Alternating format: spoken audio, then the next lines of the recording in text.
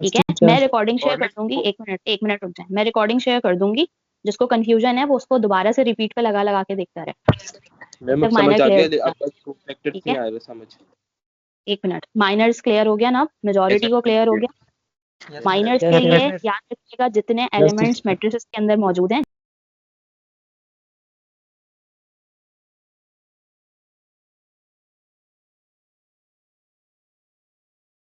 जितनी एंट्रीज मौजूद हैं उतने माइनर्स एग्जिस्ट करें। अगर मैट्रिक्स के अंदर जो है वो 25 एंट्रीज हैं तो फिर 25 माइनर्स भी मिलने चाहिए। ऐसा नहीं हो सकता कि नहीं मिलेंगे, मिलेंगे। ठीक है, अब आए कोफैक्टर्स पे। सेकंड टर्म जो डिस्कस करें दैट इज कोफैक्टर्स।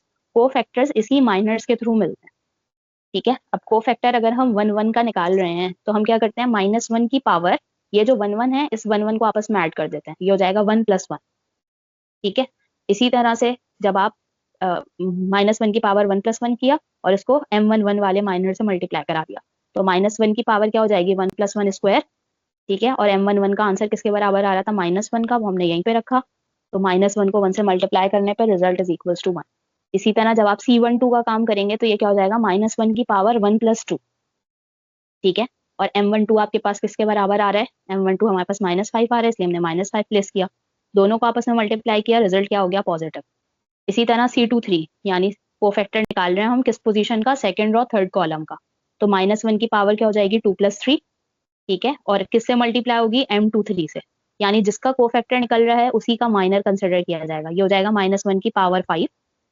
ठीक है, और m23 का मतलब क्या है, second row third column. Second row third column की वैल्यू क्या आई हुई थी हमारे पास, -8। ठीक है, सो -1 की पावर किसके बराबर, 5 बराबर होगी अगेन -1 के, मल्टीप्लाई हो जाएगी अगर -8 के साथ, तो आपके पास -1 और -8 किसके बराबर आ गया, पॉजिटिव है। ठीक है, जितने माइनर्स मिलेंगे उतने ही कोफैक्टर्स भी मिलेंगे, यानी अगर 6 माइनर्स निकले हुए हैं तो 6 कोफैक्टर्स भी निकलेंगे। डन।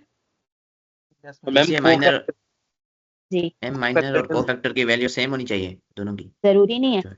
माइनर्स की जो वैल्यू होंगी ना, कोफैक्टर की वैल्यू उससे पॉजिटिव या नेगेटिव फॉर्म में आएगी, चेंज नहीं होगी। जैसे यहाँ देखें, माइनर बराबर आ रहा था -1 के, ठीक है, कोफैक्टर भी -1 के बराबर आ रहा है। थोड़ी सी देर के लिए अगर इस बात पर गौर करें तो आपको नजर आ रहा है कि कोफैक्टर सिर्फ और सिर्फ किस चीज का फर्क है, ये -1 की पावर का फर्क आ रहा है बस। बाकी तो ये मल्टीप्लाई माइनर की वैल्यू के साथ हो रहा है ना। तो जो भी टर्म का फर्क आएगा वो या तो -1 से मल्टीप्लाई हो रहा होगा या +1 से मल्टीप्लाई हो रहा होगा। इधर देखें, 1 था, ठीक है, 1 मल्टीप्लाई हो रहा है माइनर की वैल्यू से। इधर क्या हो गया, इधर -1 है, -1 मल्टीप्लाई हो रहा है माइनर की वैल्यू से। इधर अगेन -1 है, -1 मल्टीप्लाई हो रहा है माइनर की वैल्यू से। तो जो कोफैक्टर की वैल्यूज आएंगी वो माइनर की वैल्यूज के साथ सिर्फ हो सकता है पॉजिटिव नेगेटिव में चेंज हो, लेकिन ये नहीं हो सकता कि आपके पास m12 की वैल्यू आई हुई है 5, ठीक है, या -5, और आपकी C12 की वैल्यू आ रही हो 6।